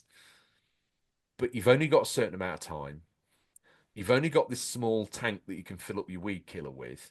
And then right up until the last 10 seconds, the weeds aren't highlighted on the map. So then you're revving round on this very hard to control speeder bike, trying to remember where the last weed was. That, oh no, I missed it. I thought I dumped my weed sprayer on it, but then it missed it by a pixel. So I thought I'd finish, but I've got brim brim brim, and you're like brim, brim, brim. I don't know why I'm back to this that's again. game design from an era, and that's Exactly, of that kind of mm. PS2 era, and it's like it's just that cold slap in the face each time I put it on. Of like, oh yeah, I Yeah, it's forgot. this bit. It's this. Oh God, please no. I also I want to give a shout out to this because I did find it quite interesting. I do need to go back to it. Using the Portal's remote cloud play feature that was announced a couple of weeks ago, Mm. and you know, very exciting too. I started playing that session skate game. Have you heard of that? Okay, yeah. Let me have a little bit more Kool-Aid. Pastor says unless I drink 6 pints of his Kool-Aid a day, and you can tell from the colour that's been on screen that it's got an interesting taste to it. Mm. He would exercise me from the cult, and he said it's the only way I can get on the Great Ascension to see Mm. Talaxial. Apparently, it's all natural though. What's in there? All natural. So I think it's probably quite good for you in some respect. I don't know, mate. I was just reflecting on my life choices, and to be honest, Mm. what's become of me? Wow, Kool-Aid does that to you. Oh, very much. Yeah. Anyway, session skate. Mm. It was there, so I thought, why not? It's interesting. I don't know if I've got the dexterity per se to be doing the flicks and kicks the way it was, because what I found was I didn't have quite enough time to pop the crouch, up, ollie, because in the tutorial you kind of ollie up some steps and then you ollie back down the other side. I was struggling to get the speed, the crouch, and the pop within the time frame, and I kept hitting the steps, hitting the steps, hitting the Mm. steps, and getting half up, but not quite, and then hitting the steps. I mean, in the end, I nailed it. You know, don't get me wrong, but there was a few moments where I was like, oh, the time it takes to hold that down, push up, yeah, it's given me more believability in it, Mm. but it's also taking me out of it a bit because Yeah, it sounds probably a bit too technical for its own good. I can't flip those steps. I don't know. I think maybe with some practice, but again, the problem is, as with all of these online free to play streaming game libraries, there's that much there. Why are you going to waste another 30 seconds on that when you can just drop it like a hot stone and pick up the next thing straight away? Right. Yeah. And I then went and dived into Cool Borders and played that for half hour. Mm. That Netflix syndrome, isn't it? It is, and you know, I'm guilty of falling into that kind Me of too. wheelhouse, and I almost pressed the button, and I'm going to have to press the button on another because I'm fully paid up on there till 2026, so I don't really need to worry about it. But by the time the end of 2025 rolls around, the price will have gone up again, no doubt. So it's like, Mm. oh, do I take advantage of this deal now, Black Friday? Oh, well, they know what they're doing with those deals. No, I'm not going to do it. Mm. I've got a year in the bag. I'll worry about it then. Mm. Was that a mistake? No, I don't think. I've been looking back a lot over my um, subscriptions. I dropped Games Pass. Um, just weren't using it. And what was on there wasn't really warranting paying for it. And as for day and date, there wasn't any coming out quick enough for me to. When did you drop that? Because I was wanting to get into the weeds because I've got one pair in a way, Games Pass on it, and obviously Flight Sim and all that sort of good rigmarole. Mhm. I guess you dropped it before that. Yeah, I dropped it a few months ago now. And I just think, Did you have any physical games for it? Because I know you like to collect the physical games. And I yeah, thought that you would. I've got a few physical games, and that's another reason I dropped it because the games I liked playing on Games Pass was like Forza Horizon or Forza Motorsport, Which you've um, presumably got which I've physical. bought and Yeah. works out cheaper. If I'm only going to play them 2 games in a year, it's cheap to buy them second hand from CEX than it is have a subscription for a year. It's So, brutal, but it's true. Like, yeah, you're missing out on day and date stuff like Indiana Jones is yeah, just about to drop, right? So but it ain't just a Microsoft thing. I'm now thinking of doing. I'm now coming up for my renewal of my Nintendo Online. Um, me I haven't too. I haven't hardly touched a retro game on there this year. I've dabbled a little bit, and I think, what am I paying for this for? I don't. Do I need this, or will I regret not having all them games there? But then sometimes they're awkward to play, depending on your Wi-Fi, And I'm just like, No, I think that then it's quite a good deal. But I don't know. it's a Is good it a good deal, deal? and compared to the other manufacturers, it's free. It feels like free money, right? Mm, Because it's so much less, mm, and you do get similar perks. You're gonna get cloud saves. You're gonna get this. You're gonna get the other. You get the Mario Kart booster pack. You get mm, the NES. Now, NES play fine. mm, D-pad, 2 buttons, shoulders, fine, right? mm. 4 buttons for the SNES, shoulders, fine. As soon as you get to N64, to me, and that's the one I'd probably be most interested in, but the whole package falls apart in my eyes. Really? The N64 had a very peculiar way of controlling it, and that controller was very specific to the entertainment value of that console and the playability of those games. Mm, When I first popped on there, I thought, oh, Perfect Dark, I'll give that a go. Or GoldenEye, I'll give that a go. It was difficult to control, but I knew that if I had had the N64 official Switch controller, mm, it'd be flawless. It'd be like playing it on the N64. So obviously on the N64, you used to have to press that right shoulder button so you could go into like a an aim mode, right, where you could then mm, move the cursor around of the aimer around rather than moving your guy around. mm. And it was holding that and trying to push forward and do all that while at the same time. I was like, no, this is just not built with this in mind. And it is playing diabolically for that reason. So I don't know. I, like you, have looked at it and thought, yeah, do I kick it into the weeds or no? And it's like, no, probably not.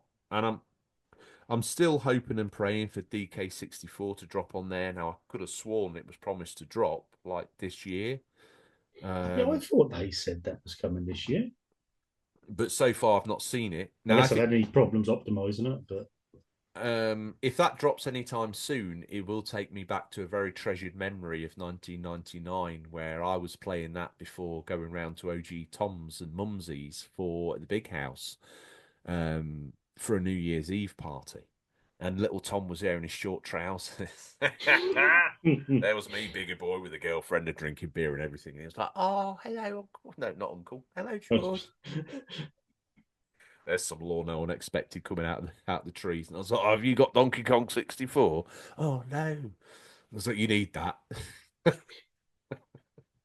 And off he would usually scurry to beg his mum for money and do some jobs around the house so he had enough shill to get these games I'd tell him to buy. He never regrets me telling him to buy Zelda Ocarina of Time, but he probably regrets me telling him to buy a load of the other drivel that I told him was great. But he's done the dirty on me a few times. I bought a Wii U because he said so. I bought a 3DS because he said so, and probably a myriad of games. So, well, if we get this together, we'll be this great, like team online. Okay, this game's awful, Tom. It's terrible. It's awful. And I remember when we both hyped each other up. Obviously, we were going to get Red Dead 2 because that's a no-brainer. Yeah. But then we did like an online session, and we were trying to do the realistic, go out, hunt, skin, come back, eat your food on the campfire. And we had a load of grifters come through, and there was this lad. He was like, I'm the best, like, what did he say? Because we still laugh about it now. I'm the best bare knuckle fighter you've ever seen. Let's have a fight. And we were like, no, mate, we just want to sit down and drink coffee and like eat our food that we've hunted for. Then we're going to move to the next wooded area and hunt there and do some fishing. You know, we just want to live the Wild West lifestyle. Anyway, he came in, he flipped the coffee pot upside down, he was giving it the Billy Big Lips, he wanted to try and fight. You were trying to goad us out of the safe areas so we could hit us. Oh, mate, it was diabolical. Um, Yeah, that's the moment ruined. It really is. And then I see that like these awesome videos of like these cowboy gangs that kind of gathered up round Red Dead, and I've seen these scenes where they've got them all lined up, and you come like one guy comes down this like causeway and you've got like horsemen either side, and these guys gathered at the end all looking ragtag with their cowboy gear, and I'm like, that's the experience I wanted. Yeah. But I ended up being grifted by a 14-year-old offering to fight me in a field. Like, Knocking oh, the coffee at me end. knocking a coffee pot over it, making a complete hooligan of himself. What an absolute dog. Um, yeah, so that's the disconnect sometimes. But I feel like we've done a great catch up with RGT Yeah, I think episode so. here, and A little bit of gamer chat. yeah, it does me good to have seen you rise from what was basically looked like a carry-on movie bloke who'd fallen out of his window. Basically, you wrapped in cast with your Mm. legs up and your arms up, What a and mess. yeah, Pastor took advantage. I'll be fair. Mm. You know, he had you to sign in all the fan mail because you couldn't move with your Mm. mouth. Um, Mm. fair enough. It's amazing what Um, you can do with your mouth when you need to. well, what we're going to do is we're going to use our mouths to thank our loving subscribers. I'm going to walk them through the tiers, RGT, and I'm not talking the kind salt impregnated H2O. I'm talking the levels of support you can put behind the show. Now, I want you all to get excited because we've got our Christmas special coming up. And if you're listening now and you want to get the Christmas vibe going on, we've got a whole back catalogue of Christmas themed episodes. We've got the first one, which was the Farmington Christmas Market episode, followed up by the episode called The Aftermath. That's your year one Christmas special. Mm-hmm. Year two, I think, might have been the Christmas Carol. Yep.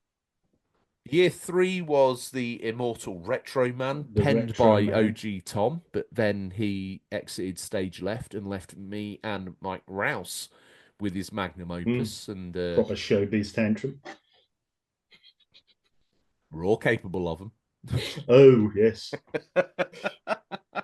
uh, Man, I'm probably the biggest diva around. Without doubt. Wow, the moment you want a bit of support from your co-host, he kicks you in the balls. Wow. You're like the Mariah Carey gaming. That physically hurt me. Fine. She's good at Christmas. Exactly. And so, Retro Man, then I'm trying to think what we did last year. We did a Bobby Fairy Tale of New York. Mm-hmm. So we've got lots of good content for you to dive into, and I implore you to, because nothing makes you. It isn't Christmas until you've listened to a UCP Christmas special, I'd say. Definitely not.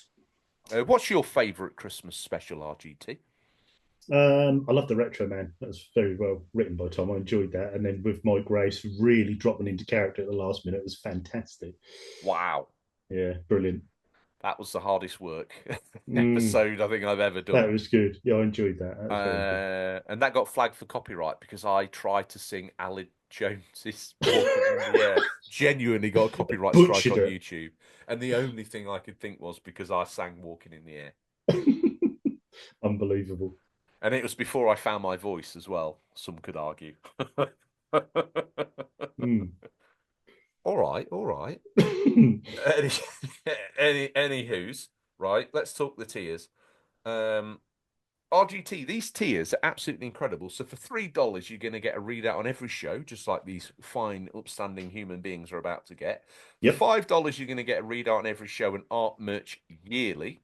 We Yep. do a refresh of the art. We'll see how that works out. Might be in tune with a whole new vibe we got going on. $8 is going to get you a readout on every show, art merch yearly, and access to the Unglorious chat, which is a little private area on the Discord for people that are paying members where they can go and have a little bit of a private soiree. If that floats your boat, that might be where you want to be. For Yep. $10, you're going to get a readout on every show. You're going to get art merch yearly. You're going to get access to the Unglorious chat. Bear with me, I'm drowning in my own spittle. And you're going to get access to the quarterly Zoom meeting, which so far you have hosted that like an absolute boss, RGT. Yeah, we just done one just recently. Yeah, went well. I popped in for 3 seconds while I was sat in the auditorium of the let me get my law right. Of the cult office here in El Paso. That's the one. Yeah. Yeah, no farmer, no farmer. No. I mean, this is totally done for the YouTube viewer. They're like, that dude stood in front of a UK radiator and that guy's blatantly in his house in somewhere in Eastern England. Just imagine. Use your imagination.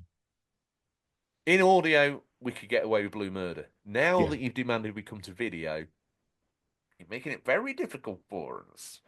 But we hope you still enjoy the effort that we put into it, into the law as an example, and we're trying to find new ways of making that work. I'm on with it. Good. So, a return to pastures new and old for the next season when we get there. Anyway, I get slightly distracted. Access to the quarterly Zoom meeting. Yep. Now, those that have joined, some of the early adopters got what's called early adopter boxes, but I didn't want to leave anyone out there. No one puts a listener of the UCP in the corner. If you're one of the disaffected ones out there, you kind of feel like you don't fit in, you kind of feel like you're a gamer, but, you know, I don't game like those people, and we're for you. We fight for the little man. I will never leave any single one of you behind. You're welcome to reach out to me in the DMs. I know from personal experience that podcasts can get you through tough times. If you've discovered this show and it's got you through a tough time, we've accomplished something, right? And that's what we're here for. But off the crux of that, there's a family waiting for you should you want to dive in. Should you be a gamer? We're all lonely weirdos. Probably spend a little bit too much time on our own searching for XXX videos on the internet. And we don't get out like we ought to. Well, through the medium of the Discord and the show, you can find friends that you can show to Mumsy are real, not AI-generated characters. Or that woman from OnlyFans that you've sent, if you remortgaged a family home 6 times so you could see a corner of an areole. We're not going to disrespect you like that. We're going to give you a T-shirt at least, right? So the early adopters got a cassette and all that rigmarole. They even got a packet of skips, RGT. And I didn't want to leave anyone behind because, as I said, no one puts a UCP listener in the corner. No one would dare because I would rip their throat clean out. You're part of our family now. Don't forget that. We're here for you. And if you want Daddy to come down and slap someone about for you verbally, I'll do it. I'll do it. Yeah. So anyway, if you join now, we're going just want everyone to know where we're at. So if you join now, you're going to get a T-shirt, right? So if you join for $3, you're going to get a T-shirt. That's the price of one cup of coffee from some high-priced high street store. And good T-shirts. Just go without that, and you're going to get yourself a fine quality T-shirt with a high quality print of your choice of our artwork selection, going all the way back to Series 1. If you want to be part of that, go on the YouTube, go on the Apple or Spotify. At the bottom, there's a little thing that says support the show. Press that. You'll be transferred to our podcast host's safe and secure subscription area. It's Buzzsprout, the world's biggest name in podcast hosting. I don't think there could be a safer way to interact with someone. We're not sending you off to Patreon or anything weird like that. We're going to funnel you in through the show. Nice and safe. We appreciate you. Now, this is how we thank everyone that's helped us to this point and continues to help us, and we would be literally nothing but scum. Sub-scum, I would argue, without you, dear listener. Now, this list has evolved many times over time, and I have the best list here. It's the best list you've ever seen, full of wonderful people. The first person is our Swedish friend, leading the charge. I think I said last time, never in my wildest dreams did I ever see us getting one listener in Sweden, let alone the people that are listening now. And we have a supporter from Sweden. It's the beautiful Cnox. If you're listening to this substandard episode, let me apologise. And also beg you to reach out if your T-shirt has landed, because it's been sent and we're hoping that you've got it. We'd love to see a picture of you wearing it on Instagram. With a great design choice as well, by the way. Or he went with the Pastor El Paso. Yes, looks turned out a good print now. It looks really good. If we weren't flipping the scripts upside down and picking a new location for series, would it be series 6? Yeah. Then I'd probably have that as the album art. But we're flipping the script, or at least we think we are. Yeah. So, yeah, new artwork anyway, due. And Cnox, let us know if you got that. And a thank you to you for, no doubt, I do believe, in my mind, I close my eyes, Cnox, and I see you as a one-man recruitment army in Sweden. You're knocking on all the doors, you're going in, hello, Jürgen, yes, how are you? Yeah, you're great. Do you like video games? No, yes, no, you do, okay. And then you're downloading the show to this person's phone. More of that, Cnox. You're an absolute hero. And introduce them to the Boone DVD as well. I'll tell you what, if people start watching Boone in Sweden, I'd say Granada Television owes us a fat check. I would imagine so, yes. And Who's not a copyright next? claim. We also have the one-man George fan club. Yes, Carlos! The wonderful Carlos, yes. I don't think Carlos gets the respect he deserves, mainly because he's lumped in behind me, the tertiary weird of the UCP. But one thing I would say is, I see you, and I'm very grateful for the support. I've been here since episode 1, and everyone hates me. I'm glad that one person has seen some element of something in me. And also, I think Carlos is a great guy. He always joins in our Discord chats that we have as part of our tiers. And also, his knowledge is really good, but he's like the ultimate gamer. He's got all that retro. He's got arcades. He's got imports. He's got the proper Japanese versions. He's not messing about. No, he knows his stuff. There's gamers, right? There's gamers that go Tesco for their weekly shop. They're going to buy chicken dippers and frozen chips, and they're probably going to get a little bit adventurous with a curry pot noodle for their dinner. Carlos isn't that kind of gamer. Carlos is in Waitrose. Carlos is sucking on wasabi beans. Carlos He's giving it the full Salt Bay. Oh, he is. Yeah. He is Salt Baying his collection. I don't know what the equivalent in video gaming would be. It's a load of smashed up silicon chips from a calculator. He's just sprinkling them liberally across his gaming collection. Yeah, it's a very awesome collection. If I woke up tomorrow and I was Carlos, I would be a very happy man. Definitely. Who we got next then, George? The mighty firm returns. Then we have the wonderful support from Trestles in New York. I love you, Trestles. I know you've had some staff movements, right? But I'll let it go. The food's still amazing. Exactly. We'll go next time we're in New York, RGT. We'll pop down there. Without doubt. I'm waiting for you, but you're waiting for me. So that means it's my turn to... It's that awkward silence. Everybody stand up, so tell your flag and spat out the ink, stand when he sit down. So...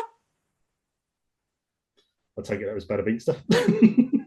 Yeah, that was his OG voice tape, he said. Classic. Then we have the wonderful Tingle Tuner, another one who has a fantastic collection. He's a bit of a dark horse when it comes to his Do collection. you know what? Not only is, and I genuinely mean this, not only is Tingle Tuner insanely handsome, right, but he's got such highbrow tastes. He makes me feel like a peasant at the Lord's table. Oh yeah. I'm eating earthworms, and he's like quaffing some foie gras. Yeah. It's the only way he rolls. Who we got next?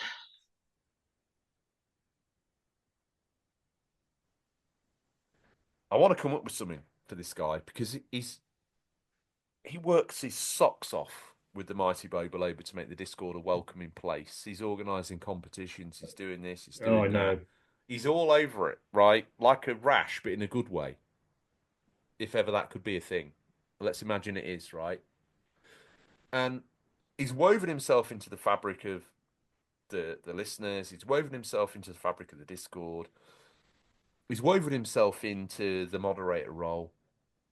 And I've said a few times on messages, but I don't think I've done it on air properly. Digital Monkery, no matter what life throws at you, you're right there in the Discord. I don't know how to genuinely thank you enough. Absolute legend. It's hard to put it into words, but in fact, I forget that we're on YouTube now. Look, it's hard to put it into words, but you're a legend amongst men, and we're very grateful. And you support the show. I mean, yeah, it's fantastic when you think, we've tried in the past to organise and run things on that side of stuff ourselves, and it is a very hard job to do. So for someone to come in who's a supporter, as he is, and for how many years he has, and to do all the things he does, is, we just can't thank him enough. Absolutely fantastic with his little competitions and bits he does. And I don't want to get too in the weeds, but he's got some personal stuff going on. But I tell you what, he's bulletproof, that boy. He just turns up regardless, and he keeps doing it. So I see you, Digital Monkery. Yeah, and if you ever meet him, he's a great lad. Good, brilliant collector. Hung like a donkey. Great Some lad. call him tripod, I've heard, but yeah, I did hear that as well. But yeah, thanks for that, mate. Next up, we have Rose Space Monk, the Dreamcast guy himself. Yeah, we have. That means I get the gaming gram. I'm glad I got to do it, so I made sure no one called him Gran. Although I just called him Gran. There you go.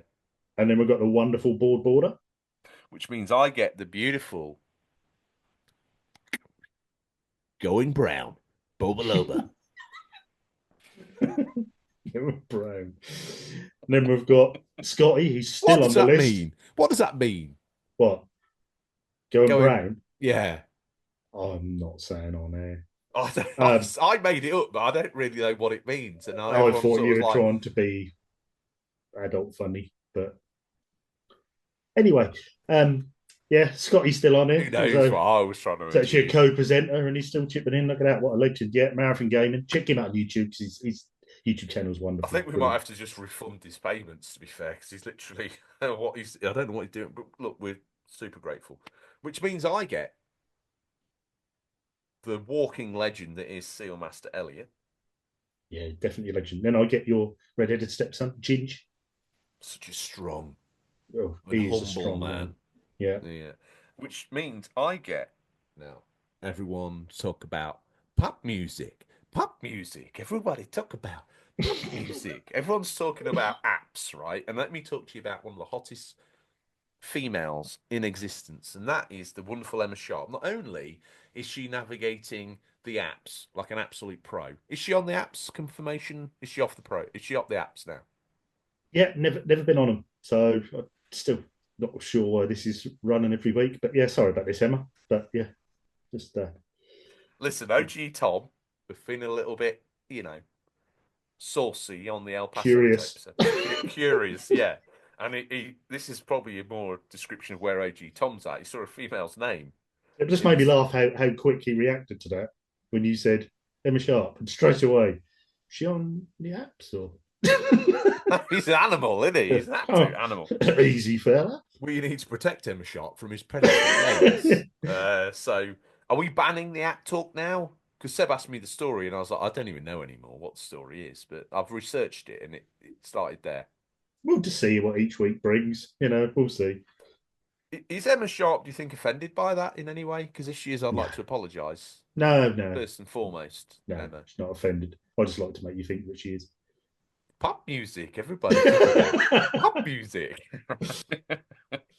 Right, next we have the legendary Harvey Retro, who, Which by the means way, I just watched one of his new videos on YouTube, and me and my wife loves the videos he does at Christmas time when he looks through the old Littlewood catalogues. It is just such a nostalgia trip. oh, I the love them. bloke's a legend, first Yeah, and foremost. He's yeah. been Oh, it's with us fantastic. since day dot. The guy's an absolute legend. I call him the Lord of Darkness, but he's so much more. Oh, he is. When you watch his videos and you sit there and watch through these, flicking through these old catalogues and describe funny things in them and what's for sale and how cheap things are. It's like you're sitting with your mate watching it. He's that That's the nice. takeaway. He's so friendly, he's so all encompassing. Oh, it's And brilliant. the thing that really sends it home is it's genuine. He's Yeah. Oh, just a without a doubt. lovely human being. Without a doubt. Which means I get his stablemate. Now, the other day I found myself just outside of Boston in Lincolnshire. Mm-hmm. And it was then I looked up and I realised that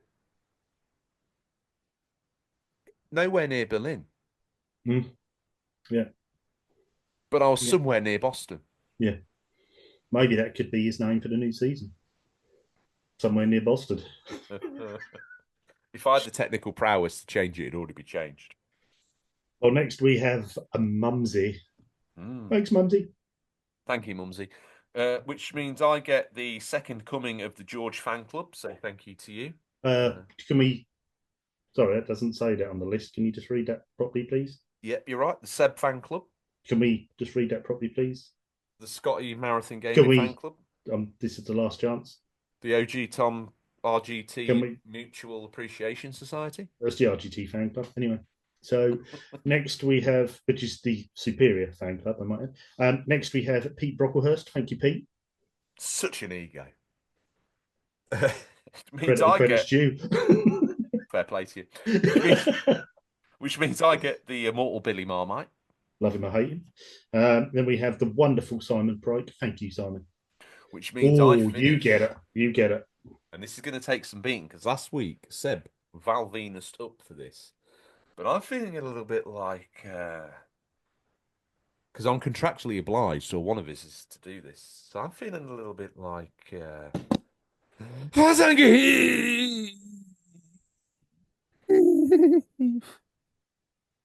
Sounded like me when I first went into Pastor's room. Good God. And that's it. So thank you to everyone that supported us. If you're thank even you, everyone. mildly curious and doing the same, little link. But don't worry, if you just stumbled across the show, nothing's paywall. There's no secret episodes. No, there's not really. There's no secret episode, nothing like that. Everything's available. All of the back catalogue is available. Yeah, download it all, have a listen. That actually is really helpful. When we get the subscribers join and they fall in love with the show and they download everything. And I mean everything that we've ever done. Boom. And we see when you do as well. We see when you do. Listen. Yeah, it makes a massive difference. If you've ever listened in the hope that you can make an impression on me, that's the sort of thing that makes a massive impression on me. Because it makes me realise just for a moment, people are listening, people are caring, people are liking what we're doing. Sometimes in the world of content creation, and we're at the ragged edge of what is considered. If there was a centre of the world that was content population, we're so far removed from that, we barely even know what it looks like. But we're on the ragged edge, the very edge of what that could be. And just getting a small pat of gratitude that you've gone in and you've downloaded and can see that you're enjoying the show, and then you end up on the Discord and you get brought into the family a bit. Like the whole thing, it just blows me away still to this point. And the thing that completely decimates me down to the point where, and I need to simmer down a bit here, people are helping us to move the show along with supporting us this way. And yeah, guys, don't think that it don't matter, because it does. I know we play it all fast and loose, but we have a laugh, but it does mean a lot. There's a lot of work goes into the show. You know, it's come a hell of a long way, and I'm a newbie compared to George, who's been here from day one.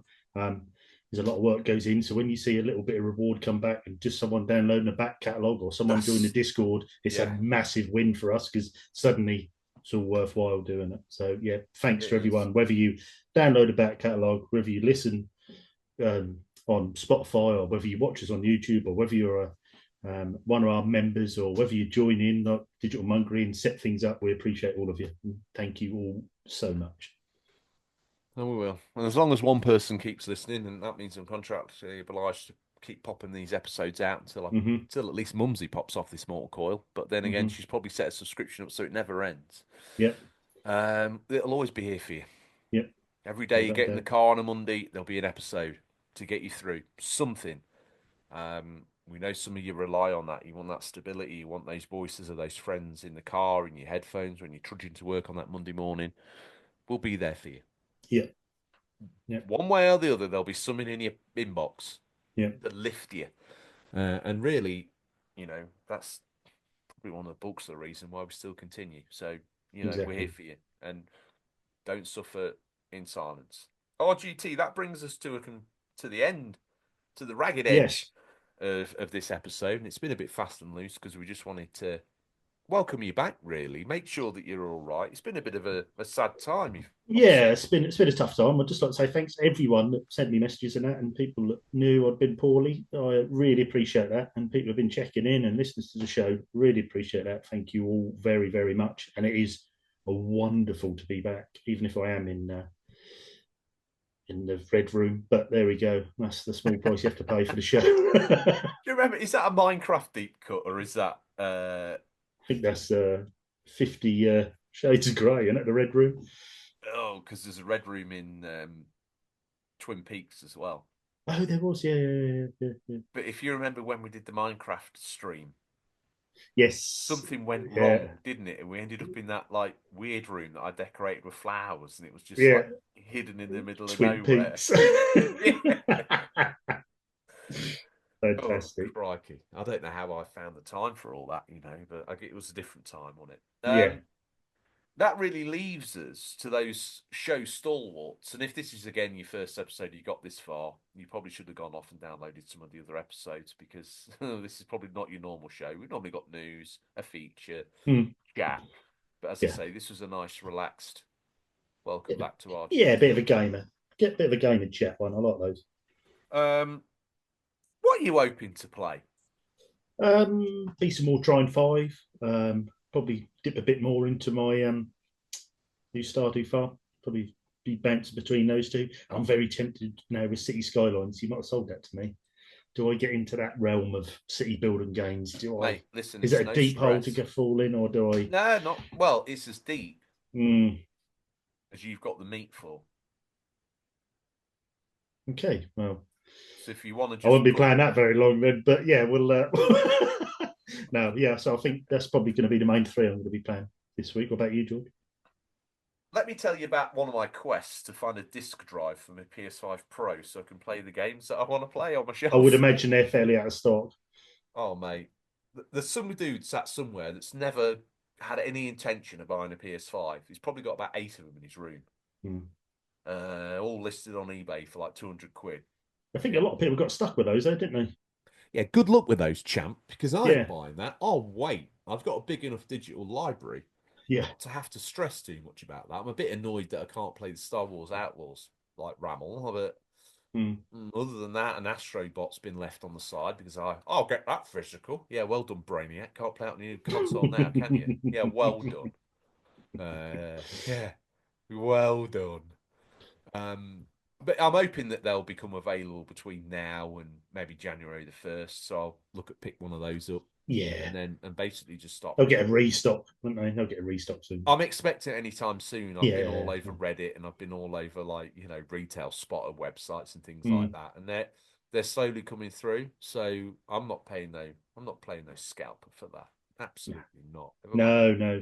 Next week, RGT, I bought myself this drive only cost me £1,432. Yeah. Oh wow. Yeah. One thing, a confession. I don't know if I mentioned this last week, but no, I don't think I did, because I think I got these on Saturday morning. I've been curious about this PlayLink thing, Mm-hmm. and I grabbed myself a set of Black Friday, the day after Black Friday. I grabbed myself a copy of the Explorer in-ear buds, Mm-hmm. right, that have got the PlayLink technology in. Mm-hmm. I used them all Saturday and Sunday, and like really enjoyed it. You heard good things about him. I must admit, I've heard good things about him. Yeah, initially, right, I couldn't get it to work, but do you know what? If you follow the instructions, they work flawlessly first time. We don't follow instructions, do we? We know better than instructions. That box was also probably the most confusing box I've ever opened. Really? Felt like it wanted to open from the top, but there was like a little rip underneath that I only saw after I deconstructed the box from inside out. With a top Black and down. Decker. Basically RGT. Got a Dremel out. I had it on my Black and Decker, that tool bench, that they brought out back in the day. What was that called? Like the Handy Mate or something? Yeah. Yeah, I know you want. Locked You up could on there. really, yeah.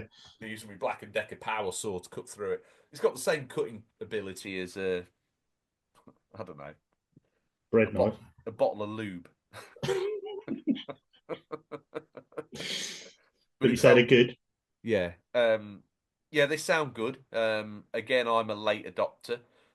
So I know some people did struggle early doors, but since the Portal's had a few upgrades and so have the headphones, and they've brought in an equalizer section for it, so I slapped them on bass boost and oh, that's good. That's a good, efficient and easy way to play it, isn't it? Just in your pocket, drop them in your pocket. You ain't got to take your pulse with you. It's a good way of playing, isn't it? well, it's normally compact. I've been playing and no issues at all. I've been using the wire that comes with these this headset to plug into the bottom of the Portal and play that.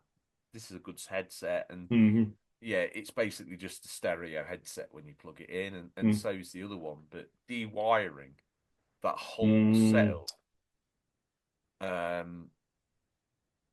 streamlined, in it, especially if you're traveling, and that's brilliant. Is another lift in the experience. That's what I was going to say. And one other thing, and you might shout at me now, and I don't know if really I should say this out loud, but I've had this really odd, very odd. Now I mentioned you want to do this on air, or yeah, I'll do it on air. I'm worried. I'll change some bits so it doesn't sound as bad as it could do. Okay. I've had this really odd urge. Now, I confessed to having an urge a few episodes ago where I think I said to maybe Scotty that I'd been aware. I'd independently had the thought, but then I noticed that you and Digital Monkery had done a video together. I'm not jealous, but I'll get over it. Where you talked about Final Fantasy IX and how you'd both independently picked it up recently. You had this sort of penchant to play through what me and OG Tom called Rat Boy, because you basically play as Rat Boy. And that passed me by, but then I had this really overwhelming urge to play through Final Fantasy VIII. Okay. And I can't shake that. And I think on completion of this episode, I'm going to go eat some food. Then I'm going to get the Switch out. Dust the Switch off. And I'm going to play Final Fantasy VIII. Nice. It's a game I've had a checkered past with. Oh. But this is your time to rectify that. Exactly. Rectify it, I will.